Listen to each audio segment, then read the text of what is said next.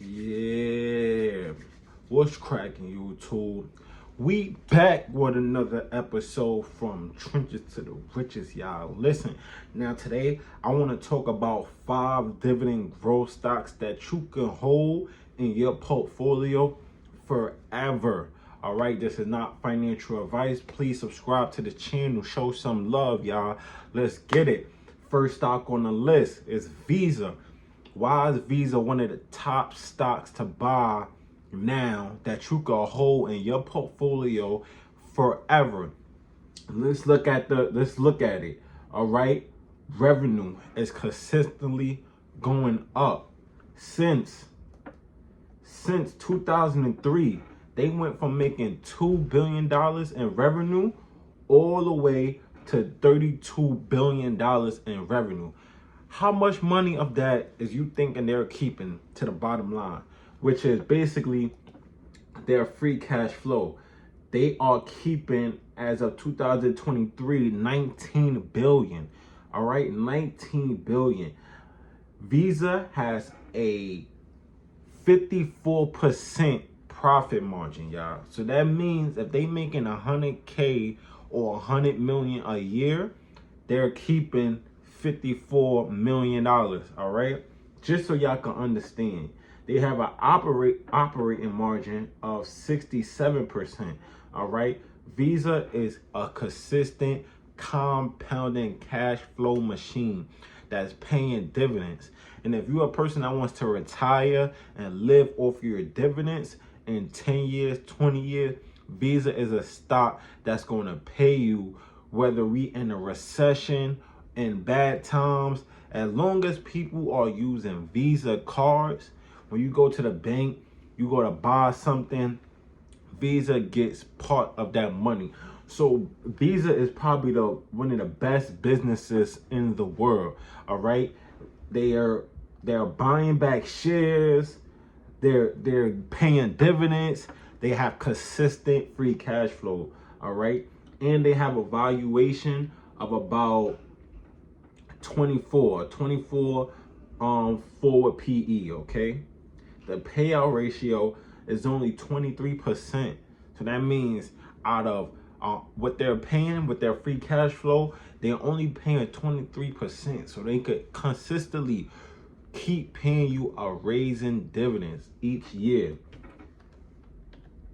Next stock on the list, we got Costco, y'all. Costco, very expensive stock.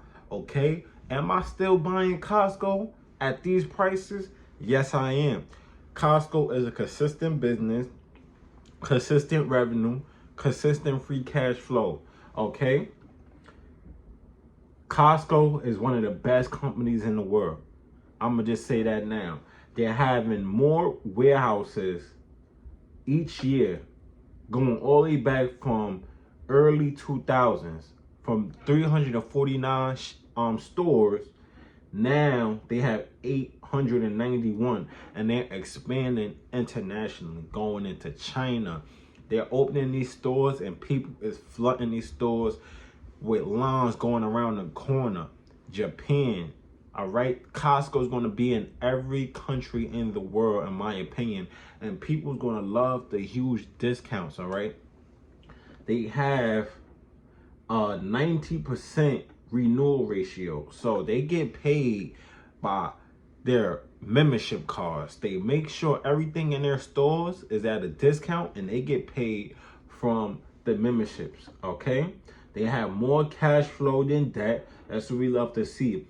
Every 4 years, Costco like to pay a special dividends, which means they make so much money that they're paying you extra.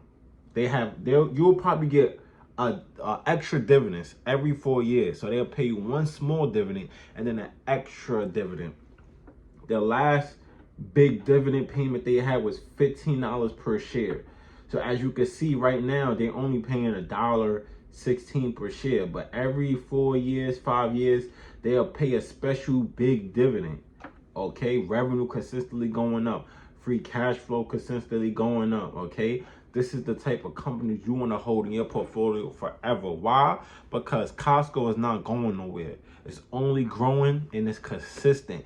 Whether it's in a recession, it's recession proof. People love going to Costco in hard times because that's where you get the good discounts, the cheap prices, okay? Next stop on the list is Google, y'all. Google.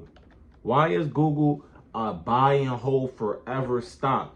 They have consistent free cash flow, all right? Since 2000 of 19 million to 370 billion in revenue is crazy. As you can see, even in hard times, consistent revenue growth, free cash flow, consistent, okay? They have an operating margin of 26%. So if they making $100 million, they could keep $26 million out of their revenue, okay? Google is a cash flow machine, all right? They make nothing but money. They have all these different businesses that they're making money from. They're making YouTube, which is the top streaming platform in the world. More than Netflix, more than Amazon Prime. Everybody is on YouTube, okay? They have cloud, all right? They have Google search, all right? They own Waymo, the people that's doing the driverless taxi cars, all right? They got way more cars out in the street. This is supposed to be something Tesla is supposed to be doing. Tesla supposed to have these cars out. But Google own a company that have these cars out. Google is just a money-making machine, and they have huge amounts of cash on hand where they could reinvest the money back into the business, pay a dividend, or continue to buy back shares, all right? They've been buying back shares, I'll say, since 2017, 2018. Not nothing crazy, but they're slowly buying back shares going forward. All right, so Google just a dominant company, and is at a PE ratio of only 18, a forward PE of 18, a PE ratio of 24. Now that's amazing, y'all. It's a $2 trillion company, okay? Google just make money. Google just make money. That's all it is. They have so much money they can invest into anything they work. They have the top search engine in the world. Okay, they even was getting sued for being a monopoly, all right, because they was paying Apple to be the default on anything that you go on. You go on your Apple phone, you go on most of these devices. What pops up is Google, okay? Google just a dominant company. Next stop on the list is UNH, United Healthcare, the top largest healthcare company in the world, y'all. They started as a smaller healthcare company. Over time, all they did was have great plans and buy smaller companies. They're like a tree that just growing and growing and growing. They have so much money. They just putting all these smaller companies under their belt, all right, to just be the money-making, compounding machine.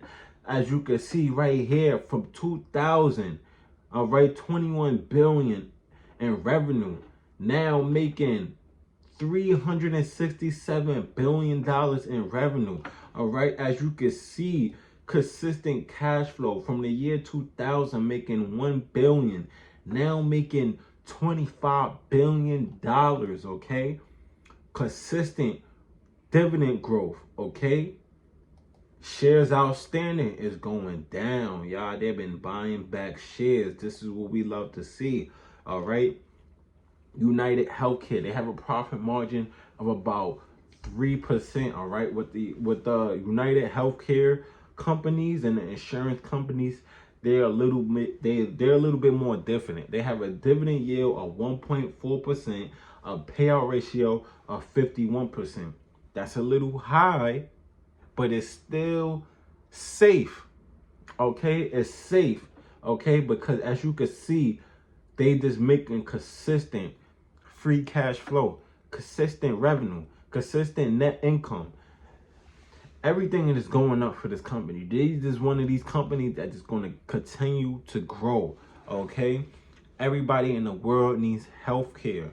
All right, when you get a job, the first type of insurance they offer is United Healthcare.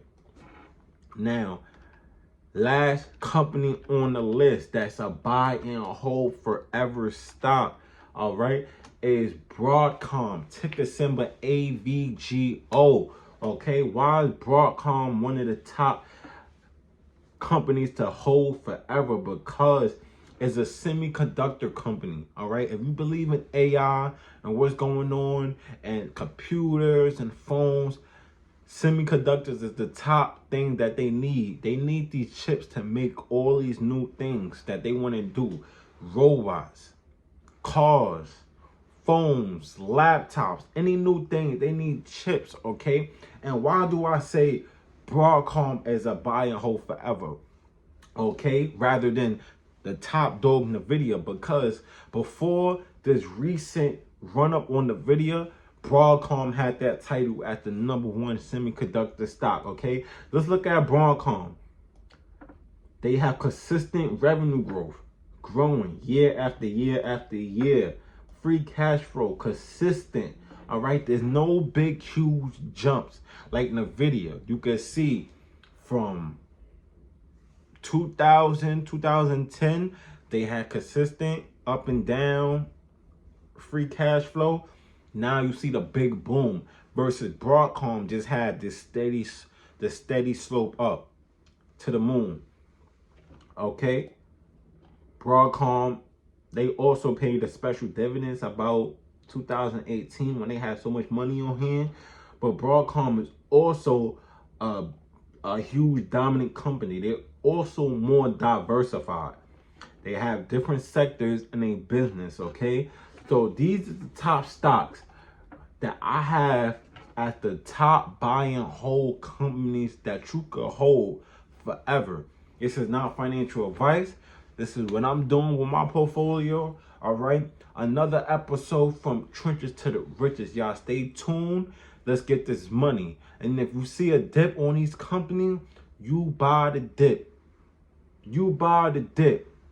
Let's get this money.